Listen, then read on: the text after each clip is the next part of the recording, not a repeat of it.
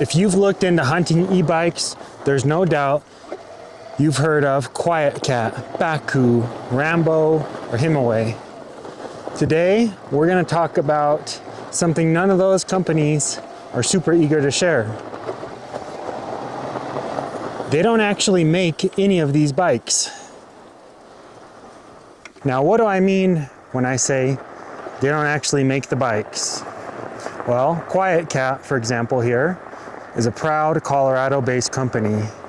Baku famously touts their Utah roots, but the bikes aren't made there.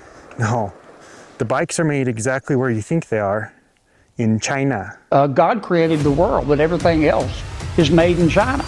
Just because these bikes are made in China or Taiwan, does that mean they're bad or low quality? Not at all. This is my QuietKat Apex. I've been riding it for 2 or 3 years now hunting, and I've beat the crap out of it. This past hunting season, in this rear rack here, I had a rear quarter, a front quarter, and a head of a 6-point bull elk. And there's no suspension here. You can see a little bit of the blood drips. The tire was totally flat, and I was afraid I was gonna bend a rim, but I made it out 2 miles with all that weight plus me at 200 pounds. This bike is awesome. For hunting, it gets me in and out of where I want to be quickly and quietly, where it's legal. And it's a ton of fun. In the summers, I ride it around town. Even in the winter on a nice sunny day, I'll take it out and cruise around the neighborhood. Ultra torquey motors, long battery life, and the controller tunes the bike to deliver a smooth power curve on that torque, so it's not herky-jerky. Now let's talk about who makes these bikes. If you go to websites like importyeti.com, you can type in the name of any company on the planet in the US, not on the planet, and it'll tell you what are they importing and who are they importing it from. You can then go onto websites like Alibaba and find the suppliers of the racks, the frames, the batteries, the motors. And like any e-bike, this is how it's all done. When it comes to manufacturing, there are 3 ways that sellers in mainly, say, the US will do it. First is white label, where the manufacturer produces something, a seller will just put their sticker or name on it and sell it as is. It's the cheapest, the quickest, the easiest way. The next route is called ODM, Original Design Manufacture. Basically, the factory has developed the frame geometry and the motor placement, and they have a catalog of options that a company can choose from. This is the route probably 90% of e-bikes go, is ODM. They find a factory in China, they flip through their catalog and they say, I want this frame, I want this motor, I want these batteries, and they can spec it to how they want. They're not always doing the engineering of the bikes, they're not building the motors, they're not building the batteries, but they're picking the specs from the best companies with good reputations that are gonna last.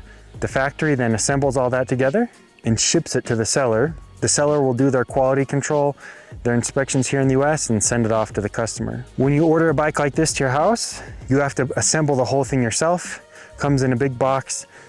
You have to install the wheels, tires, handlebars, the seat, any racks, fenders, things like that. So a lot of times it comes straight from the factory in China to the warehouse in the US and then on to you.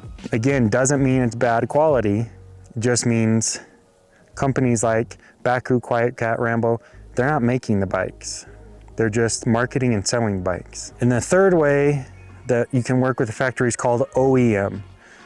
So Apple will do this with their iPhones or laptops, but it's very expensive and it's very high end.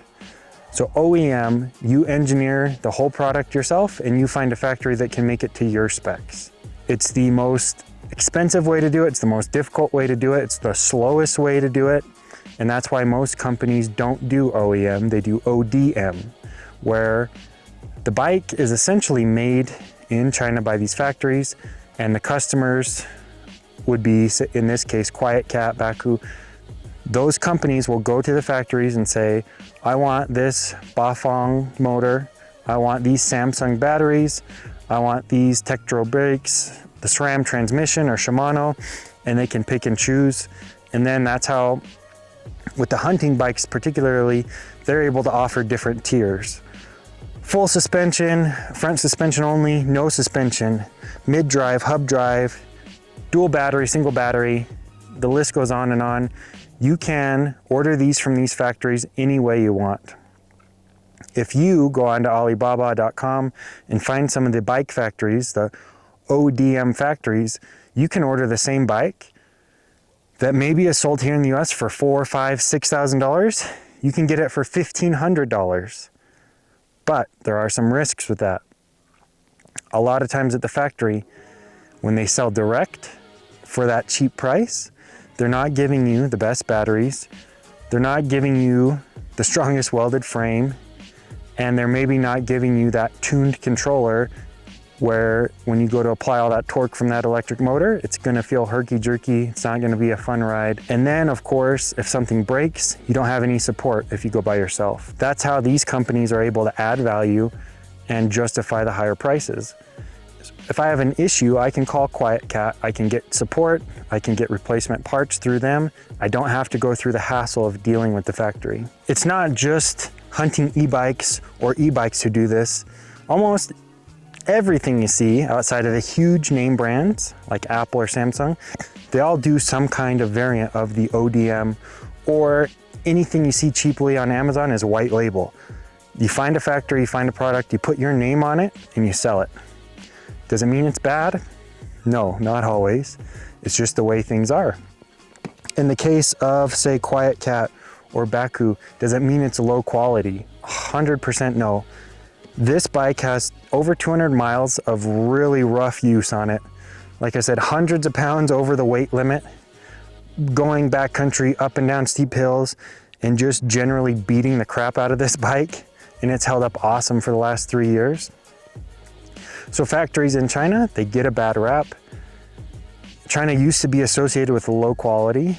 Now, the factories in China, they can build anything. It just depends on how much you want to pay. If you want something cheap, it will be low quality. If you want something quality, it'll be a higher price. China doesn't mean low quality. It just depends on what the factory has been ordered to make. So what's a real world review of this QuietKat Apex look like? After 220 miles on this bike, hunting and around town use. If I'm going flat around town, riding mostly in eco mode, I'll get close to 100 miles range. If I'm hunting and going up steep hills with a lot of weight, I'm not getting anywhere close to that, maybe 30 to 40 miles of range. And that's in eco mode and going up to the trail mode when I need some help getting up hills.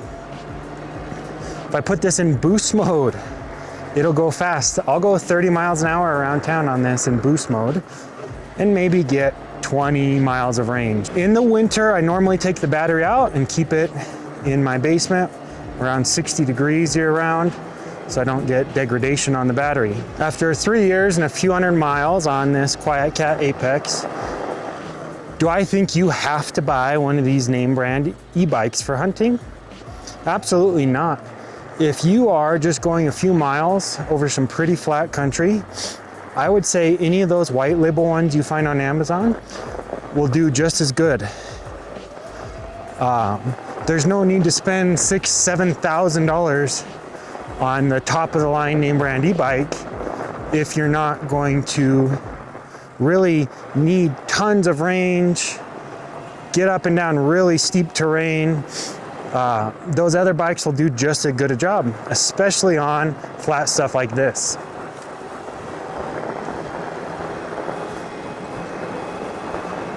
Cruising on flat roads and trails, any e-bike, whether it's hub drive, mid-drive, the top of the line name brand or a white label one, it's going to do really good.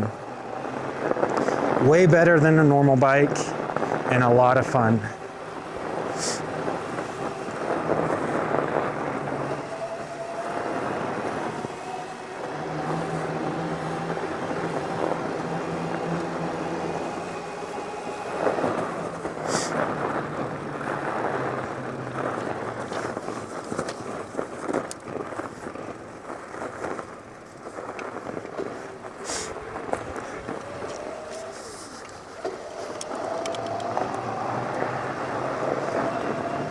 Well, folks, there you have it. If you ride an e-bike for hunting or just an e-bike in general, let me know what kind of bike you have and how you like it.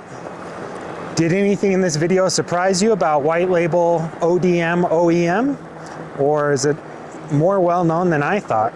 I was pretty surprised when I first started researching into all this and finding out what's really going on, especially in e-bikes.